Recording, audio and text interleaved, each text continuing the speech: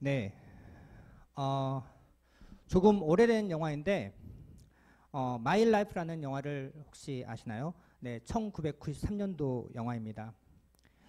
네, 마이클 키튼과 니콜 키드만의 아주 젊었을 때를 볼 수 있는 영화인데 이 영화의 주인공 밥 존스는 고향 시골에서 고물상을 하던 아버지와 식구들을 창피하게 생각해서 성공을 위해 대도시 LA로 도망쳐 나옵니다. 그는 LA에서 광고 사업자로 큰 성공을 거두고 아름다운 여인과 결혼도 합니다. 그리고 아이도 갖게 되죠. 그런데 그 아내가 임신한 지 얼마 되지 않아서 자신이 신장암 말기에 걸려 있음을 알게 되고 시한부 인생을 선고받게 됩니다. 이제 곧 아기가 태어날 텐데 이 아기도 보지 못하고 죽을 수도 있게 된 것이죠.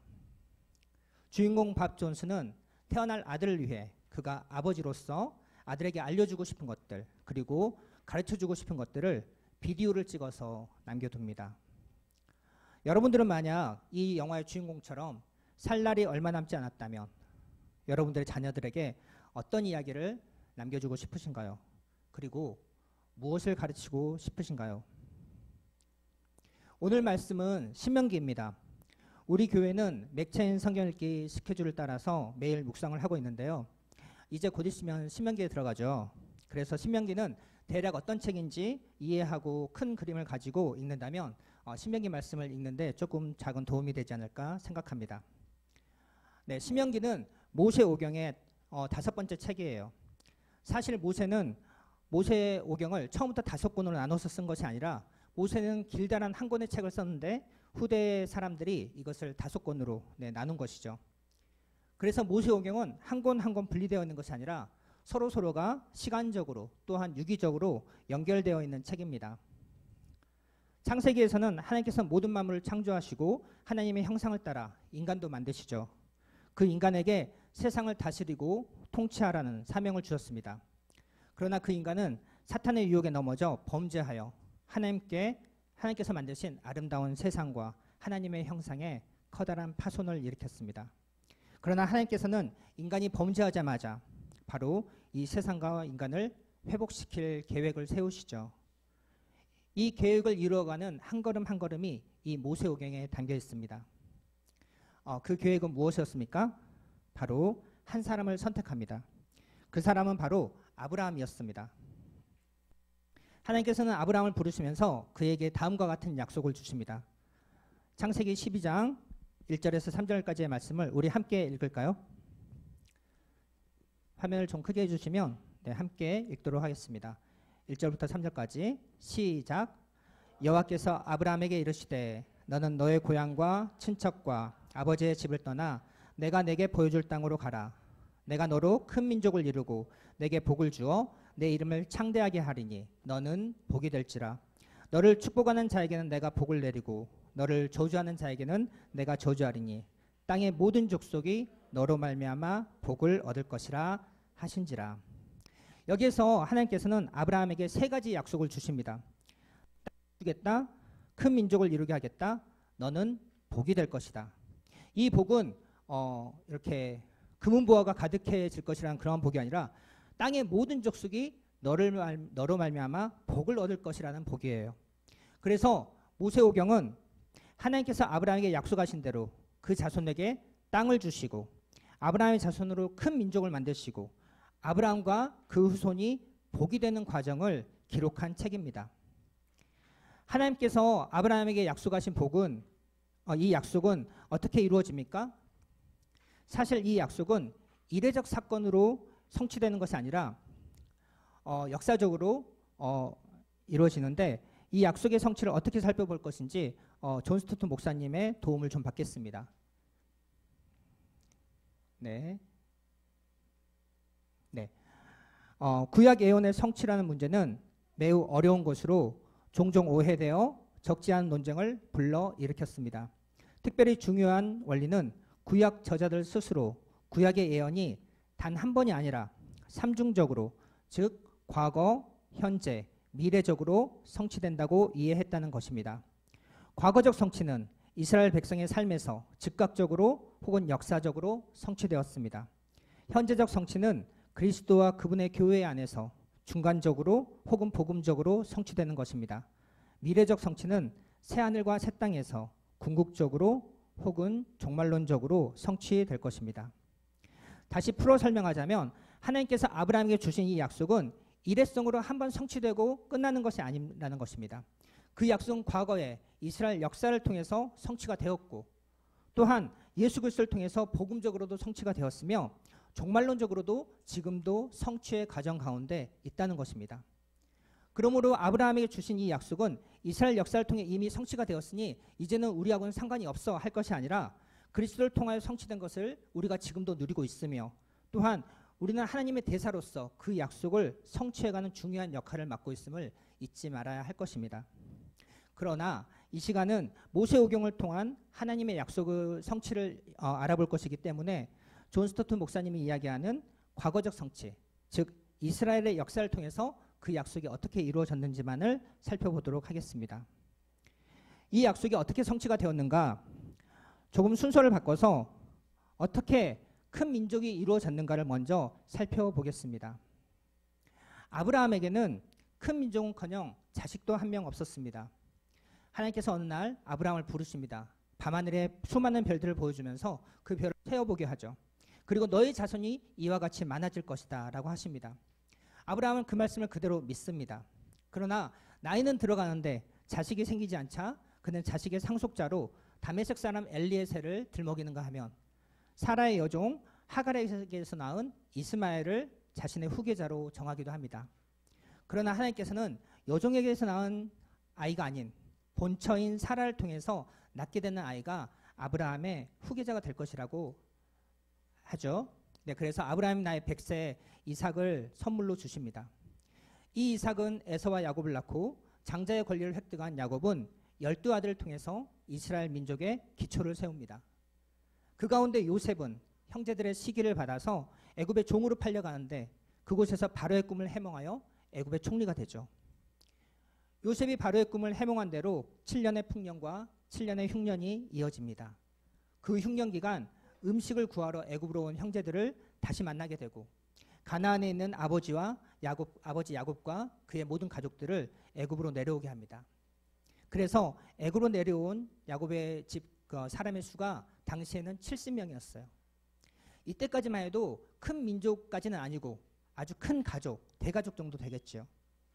그러나 애굽에서 430년을 지낸 후에 출애굽한 이스라엘 사람들을 세어보니까 약 200만 명이나 되었다는 것입니다. 이제야 비로소 민족이라 할 수 있을 만큼 성장하게 된 것입니다. 그런데 이건 역시 하나님께서 이미 아브라함에게 말씀하신 거였어요. 창세기 15장 13절에서 14절을 보겠습니다. 여호와께서 아브라함에게 이르시되 너는 반드시 알라. 네 자손이 이방에서 객이 되어 그들을 섬기겠고 그들은 400년 동안 네 자손을 괴롭히리니 그들이 섬기는 나라를 내가 징벌할지며 그 후에 네 자손이 큰 재물을 이끌고 나올 것이다. 하나님께서 이미 아브라함에게 약속하신 대로 큰 민족을 이루게 하신 것이죠. 두 번째로 너는 복이 될 것이라는 것입니다. 이 복은 어떤 복이라고 했죠? 네, 온 족속이 너로 말미암아 복을 얻게 되는 복입니다. 여기서 너는 1차적으로는 아브라함이고요. 2차적으로는 이스라엘이죠. 창세기 15장 6절 말씀에 따르면 아브라함은 이미 하나님으로부터 의롭다 하심을 인정받은 사람이었어요. 이보다 더 큰 축복이 어디 있겠습니까? 그런데 여기에서 멈추지 않습니다.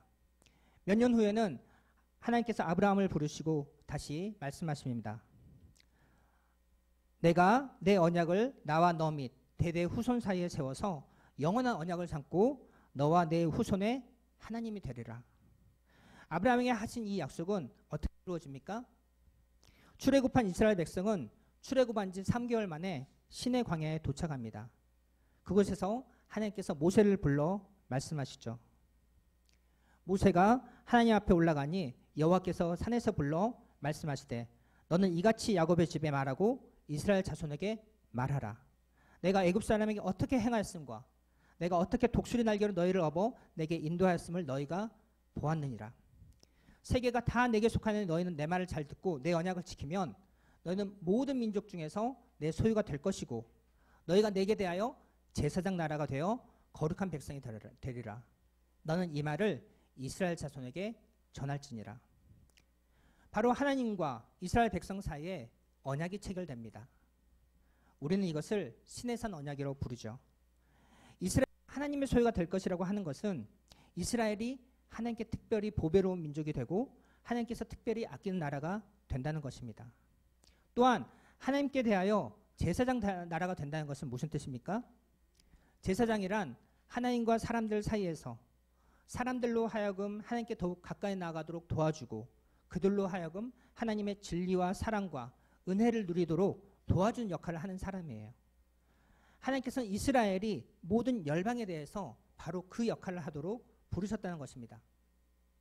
다시 말하면 이스라엘이 하나님에 대하여 제사장 나라가 됨으로써 이 땅의 모든 족속이 이스라엘로 말미암아 복을 얻는 그러한 통로를 세우셨다는 것입니다.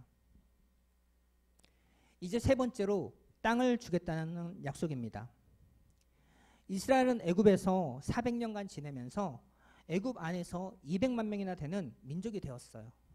이제 이들에게는 거주할 장소가 필요합니다.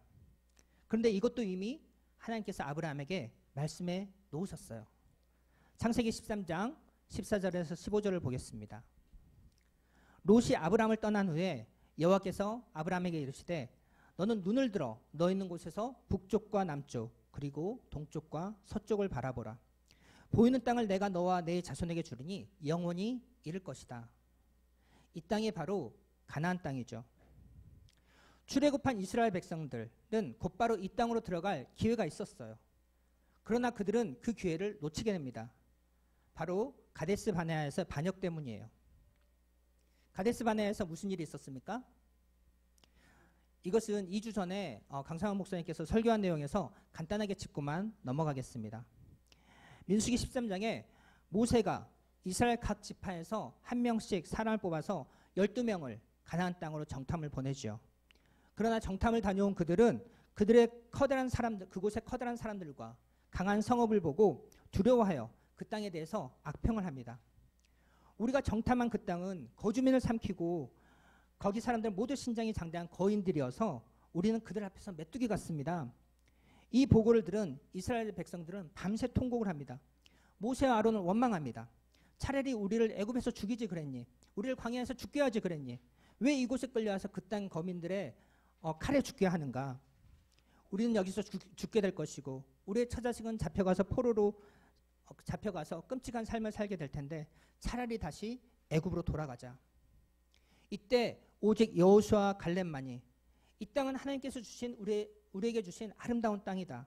하나님께서 우리를 기뻐하시면 그 땅을 우리에게 주실 것이다.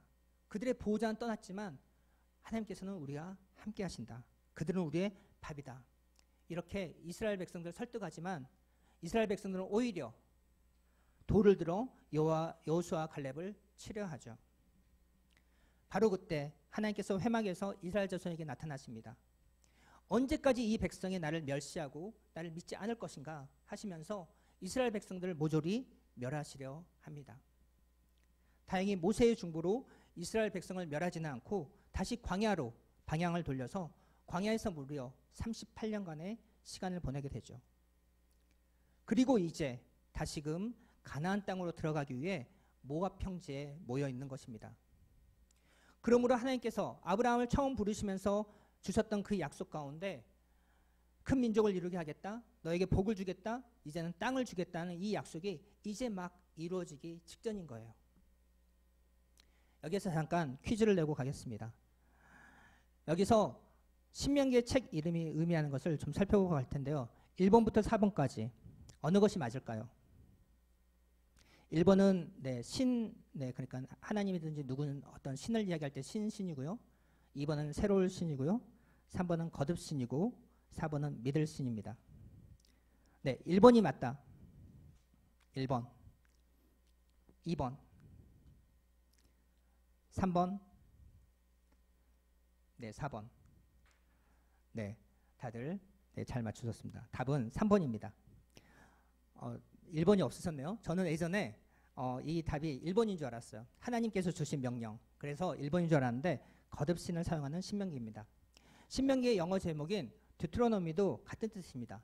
드트로는 두 번째, 너미는 율법 해서 두 번째 율법. 하지만 우리가 영어 이 이름에서 오해하지 말아야 될 것은 신명기에서 두 번째 율법을 받은 것이 아니에요. 신명기는 이미 시내산에서 받은 율법을 다시 한번 이 이스라엘 백성들이 가나안 땅으로 들어가기 전에 그 율법을 가르치고 강조하고 다시 갱신하는 그러한 책입니다. 이제 이스라엘 백성은 38년 만에 가나안에 들어갈 수 있는 두 번째 기회를 얻었어요. 첫 번째는 가나안 땅 남쪽에 있는 가데스 바네아였지만 이제는 요단강 동편에 있는 모압 땅에 있습니다. 이제 요단강을 건너가면 하나님께서 우리 조상에게 주시겠다고 약속하신 가나안 땅입니다. 그러나 지금까지 이스라엘 백성을 인도해온 모세는 들어갈 수가 없습니다. 이럴 때 모세는 가나안 땅에 들어갈 다음 세대에게 무슨 말을 남길까요? 신명기 1장 5절을 함께 읽겠습니다. 시작. 모세가 요단 저쪽 모압 땅에서 이 율법을 설명하기 시작하였더라. 일러스되. 모세는 요단강 반대편에서 가나안 땅을 바라보며 이스라엘 백성들에게 율법을 설명하기 시작합니다. 모세는 이제 강만 건너면 약속의 땅에 들어가게 되는 40년이나 광야 생활을 마치고 정복 전쟁을 통해서 그 땅을 차지하여 이제는 정착 생활을 하게 될 이스라엘 백성들에게 유언처럼 남기는 말씀이 신명기입니다. 그런데 그는 사사로운 이야기를 하지 않고 바로 율법을 설명해요. 출애굽 1세대가 받았지만 그들의 거역으로 들어가지 못했던, 율법을 받았지만 그들의 반역으로 말미암아서 1세대는 이제 모두 다 죽고 이제 출애굽 2세대가 들어가게 될 텐데 그들에게 하나님이 주신 율법을 다시 하나하나 설명해 주는 거예요. 이것이 바로 신명기입니다. 성경의 모든 책이 중요하지만 신명기는 아주 중요한 책입니다. 신명기는 모세를 통해 주어졌던 율법을 상세히 종합 정리한 모세오경의 완성판으로 볼 수가 있어요. 하나님 말씀의 토대를 형성하는 성경이 바로 신명기입니다. 구약 선지자들은 신명기의 말씀을 인용하며 반복하며 계속해서 메시지를 전합니다. 또한 신약에서 가장 많이 인용된 성경이 창세기, 신명기, 시편, 이사야 이렇게 있을 텐데 신명기가 가장 많이 인용이 되죠. 또한 예수님은 광야에서 시험을 당했을 때 신명기의 말씀을 통하여서 사탄의 시험을 이기십니다. 신명기는 크게 세 편의 모세의 설교와 그리고 모세의 최후 행적으로 되어 있습니다. 1장 1절에서 4장 43절까지는 모세의 첫 번째 설교로 출애굽 여정을 다시 되돌아보는 거고요. 4장 44절에서 26장까지는 모세의 두 번째 설교로 시내산 율법을 다시 언급하고 있습니다. 27장에서 30장까지는 모세의 세 번째 설교로 가나안 입국 후에 지켜야 될 사항에 대해서 이야기를 하고 있습니다. 그리고 31장에서 34장까지는 새로운 지도자 여호수아를 세우고 모세의 죽음에 대하여 언급하고 있습니다. 오늘 본문인 신명기 6장 4절에서 5절 말씀은 특별히 쉐마라고 불리는 말씀입니다. 쉐마는 들으라 하는 히브리어입니다. 오늘 본문이 히브리어로 쉐마 이스라엘, 들으라 이스라엘 이렇게 시작하기 때문입니다. 이 구절은 지금도 헌신적인 유대인들이 매일 아침 저녁으로 드리는 기도의 일부예요. 이스라엘아 들으라. 우리 하나님 여호와는 오직 한 분 여호와시니 너는 마음을 다하고 뜻을 다하고 힘을 다하여 내 하나님 여호와를 사랑하라. 오늘 본문이 있는 신명기 6장은 모세의 두 번째 설교에 해당하는 부분인데 시내산 율법에 대해서 언급을 하고 있는 부분이겠죠. 성경에서 십계명이 두 번 나옵니다. 첫 번째는 출애굽기 20장에서 이스라엘 백성이 출애굽해서 하나님과 시내산 언약을 맺은 직후에 하나님께서 십계명을 주실 때 한 번 나오고요. 신명기 5장에서 모세가 이스라엘 백성에게 다시 한번 시내산 언약을 언급하면서 십계명을 이야기합니다. 모세는 신명기 5장에서 시내산 율법에 이야기하면서 오늘 본문 앞부분에서 하나님께서 주신 명령과 규례와 법도를 행하며 하나님을 경외하고 순종해야 한다고 이야기를 합니다. 하지만 거기서 멈추지 않습니다. 너희는 마음을 다하고 뜻을 다하고 힘을 다하여 내 하나님 여호와를 사랑하라고 합니다. 하나님께서 주신 율법을 지키는데 하나님을 경외하며 두려워하며 율법을 문자적으로 지키는 것만으로는 충분하지 않다는 거예요. 하나님께서 요구하시는 수준은 하나님을 사랑함으로 그 말씀을 청종하는 것입니다. 그리고 이 말씀을 마음에 새기고 자녀들에게 부지런히 가르치며 강론하라고 합니다. 집에 앉았을 때든지 길을 갈 때든지 누워있을 때든지 일어날 때든지 심지어 손목에 매기도 하고 미간에 붙이기도 하고 집 문설주와 집 바깥문에 기록하라고 하시죠. 실제로 유대인들은 이 쉐마 말씀을 적어서 손목에 매기도 하고 미간에 붙여 다닙니다. 이것을 테필린이라고 하는데요. 이 작은 상자 안에 하나님 말씀을 적어서 손목에 묶어서 다니는 거예요. 그리고 머리에도 머리띠처럼 묶어서 다니는 것입니다. 또한 메주자라고 하는 것을 집집마다 바깥문에 걸어둡니다. 이것은 이스라엘에서뿐만 아니라 유대인들이 거주하는 곳이라면 어디든지 이 메주자를 볼 수 있다고 해요. 이 안에도 물론 하나님의 말씀을 적어서 둡니다. 이렇게 말씀을 몸에 지니고 다니며 집 문설주와 집 바깥문에 말씀을 적어두게 하는 이유가 무엇일까요? 바로 언제 어디서 무엇을 하고 있든지 집을 나갈 때든지 들어올 때든지 하나님의 말씀을 보고 기억하며 자녀에게 부지런히 가르치라는 뜻입니다. 우리 강성환 목사님과 길면한 사모님께서 이번에 내신 책 복음에 견고한 자녀 양육 그 책에 이 구절에 대한 해설이 있습니다. 잠깐 보겠습니다. 부모의 책임은 다음 세대인 자녀에게 하나님이 누구신지 하나님이 행하신 일을 삶으로 부지런히 가르치는 것입니다. 집에 있을 때 10가지 재앙을 가르치며 자연을 통치하시는 하나님을 가르칩니다. 길을 함께 갈 때 6월절 양의 피로 애굽의 장자를 멸하시고 구원하신 하나님을 가르칩니다. 자녀와 함께 밤에 눕고 아침에 일어날 때 홍해에서 행하신 하나님과 광야에서 공급하시는 하나님을 가르칩니다. 우리에게 적용하면 어떻습니까? 우리는 출애굽이나 홍해를 경험하지 않았습니다. 우리는 복음을 경험한 부모입니다. 복음을 경험한 부모는 자녀와 함께 집에 앉았을 때 하나님의 아들이 인간으로 오셨음을 가르쳐야 합니다. 잠자리에 누울 때 하나님의 아들이 우리의 죄의 형벌을 지고 죽었다는 진리를 가르쳐야 합니다. 자동차를 타고 갈 때 십자가에서 사탄의 권세가 멸하여졌고 예수님의 부활로 생명을 주셨다는 복음을 가르쳐야 합니다. 자녀와 함께 음식점에서 식사를 할 때 광야의 만나가 아니라 날마다 공급하시는 하나님의 말씀을 가르쳐야 합니다. 모세는 이스라엘 백성을 40년간 광야에서 방랑하게 한 가데스 바네아에서 반역을 뼛속 깊이 기억하고 있어요. 그래서 이제는 요단강을 건너는 약속의 땅으로 건너가려고 하는 이스라엘 백성에게 유언처럼 이 말씀을 남기고 있는 것입니다. 너의 자녀를 제자화해라. 하나님께서는 이 임무를 제사장들에게 맡기지 않았어요. 이 임무를 백부장, 천부장들에게 맡기지 않았습니다. 이 임무를 학교 선생님이나 교회 선생님들에게 맡기지 않았어요. 하나님께서는 부모에게 이 임무를 맡깁니다. 부모가 전문가이기 때문인가요? 부모가 세상 모든 만사를 다 꿰뚫고 있기 때문인가요? 그렇지 않습니다.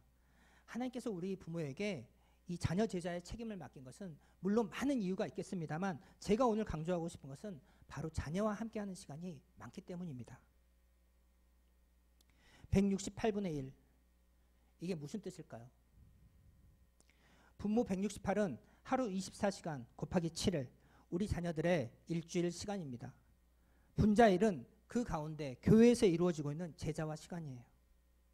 교회에만 제자화를 맡겨둔다면 우리 자녀들은 일주일 168시간 가운데 1시간만 제자화 교육을 받는 것이죠. 현재 코로나 상황으로 인해서 우리 교회의 경우에는 더욱 사정이 좋지 못합니다. 2주일에 한 번 모임으로 366시간 가운데 1시간이에요. 제가 다음 세대 담당자인데 제가 책임져야 하는 것이 아니냐 이렇게 생각하시는 분들도 계실 것입니다. 하지만 제게는 그런 능력이 없어요. 일주일에 1시간을 가지고 여러분의 자녀를 제자시킬 능력이 제게는 없습니다. 그런 방법을 알지를 못해요.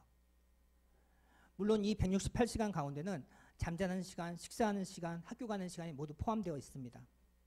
이 모든 것들을 다 제외한다 할지라도 일주일에 30시간, 40시간 정도가 남습니다. 우리 자녀들은 이 시간을 어떻게 보내고 있습니까? 우리 성도님들께서는 자녀 제자와의 이 시간을 어떻게 사용하고 계시나요? 미국에서 가정사역 D6 패밀리 컨퍼런스를 맡고 있는 론 헌터 주니어는 이렇게 이야기합니다. 부모는 자녀에게 선한 영향을 미치기 위해 노동자처럼 열심히 노력해야 합니다.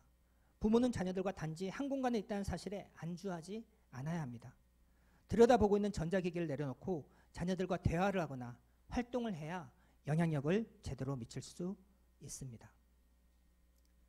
부모는 자녀에게 선한 영향력을 미치기 위해 노동자처럼 열심히 노력해야 한다고 합니다. 제자와는 교회만 보내놓으면, 크리스천 스쿨에만 보내놓으면, 기독교 환경만 만들어 놓으면 자동적으로 되는 것이 아니에요. 땀을 뻘뻘 흘리는 노동자처럼 그러한 노동이 필요하다는 것입니다. 직장인을 마치고 돌아오시면 피곤하시죠. 죄송하지만 졸린 눈을 비벼가며 자녀들을 제자화해야 합니다. 설거지와 빨래, 집안일이 얼마나 많습니까? 집안일을 하면서도 자녀들을 주의 길로 인도해야 하는 거예요. 이것은 하나님께서 우리 부모에게 맡기신 사명이자 책임입니다. 우리가 하나님 앞에 섰을 때 우리에게 물으실 것입니다. 그때 교회만 보내놓으면 다 될 줄 알았어요. 이러한 변명은 통하지 않을 거예요. 이것은 부모님들께서 감당하셔야 하는 몫입니다. 쉽지 않은 일이죠. 어려운 일이에요. 그러나 이것을 아주 쉽게까지는 아니지만 비교적 수월하게 감당하는 방법이 있습니다. 알고 싶으신가요? 네, 우리 함께 읽겠습니다. 5절입니다. 시작.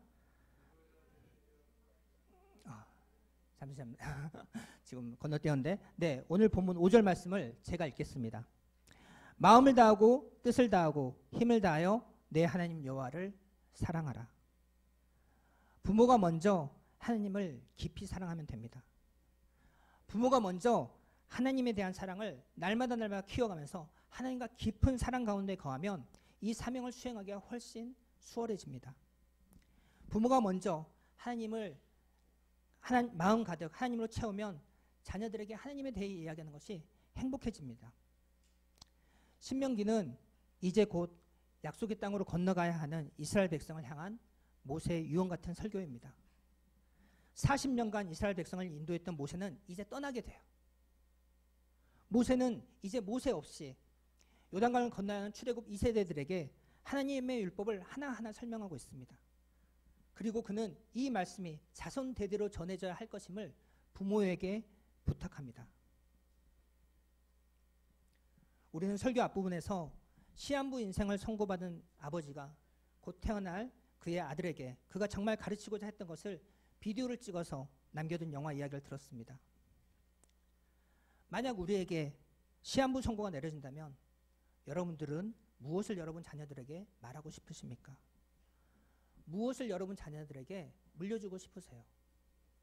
이제 아버지 없이 살아가야 하는 그들에게 이제는 누구를 의지하며 살아가라고 하고 싶으신가요?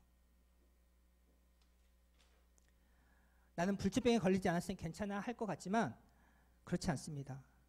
우리는 이미 시한부 선고를 받은 사람들이에요. 우리 자녀들은 금방 자라서 우리 곁을 떠날 것입니다. 시간은 그때까지 뿐이에요. 언제 시작하실 건가요? 무엇을 가르치실 건가요? 그리고 어떻게 가르치실 건가요? 우리가 먼저 주님의 사랑 안에 흠뻑 잠겨야 합니다. 그리스도의 십자가를 묵상하며 우리가 얼마나 놀라운 사랑을 받았는지 매일 묵상하며 그 사랑을 다시 깨달아야 합니다. 그리고 냉랭해진 우리 마음에 지금 주님에 대한 사랑과 열정이 불타도록 강구해야 합니다. 우리의 시선을 분산하는 허탄한 것들에서 눈을 돌려서 우리의 마음과 뜻과 힘을 다해서 하나님께 집중하도록 의지적으로 노력을 해야 돼요. 그리고 이 자리에 있는 우리 다음 세대 자녀들에게도 권고합니다. 하나님을 알아가는 데 힘쓰십시오. 여러분의 마음을 다하고 뜻을 다하고 힘을 다하여 주님을 사랑하십시오. 여러분의 부모님들이 항상 그 자리에 계시지는 못합니다. 언젠가는 여러분들이 부모님으로부터 독립할 것이고 또한 이 땅에서 실제 떠나보는 날이 올 거예요. 지금 부모님의 보호 가운데 부모님으로부터 하나님에 대해 들을 수 있고 배울 수 있는 것은 커다란 특권이자 축복입니다. 이 축복을 가볍게 여기지 마십시오. 하나님에 대해 배우시고 하나님을 인격적으로 만나시고 그분을 여러분의 하나님으로 예수님을 여러분의 구원자로, 성령님을 여러분의 인도자로 영접하세요. 상상할 수 없는 놀라운 인생이 열릴 것입니다. 이런 설교를 한다고 해서 제가 그것을 잘하고 꼭 그렇진 그렇게 생각하면 오산이고요. 저 역시도 매일매일이 전쟁이고 매 순간순간 좌절합니다. 그러나 우리를 도우시는 성령님을 의지해서 우리 함께 같이, 우리 함께 힘쓰자고 이 설교를 하고 있는 것입니다. 우리 주님의 은혜교회 모든 성도님들께서 하나님께서 허락하신 이 영광스러운 부모의 사명을 사랑을 충만한 하나님을 의지하며 그 사랑으로 충실하고도 성실하게 감당할 수 있게 되기를 주님의 이름으로 축복합니다. 우리 함께 내 구주 예수님 찬양하겠습니다.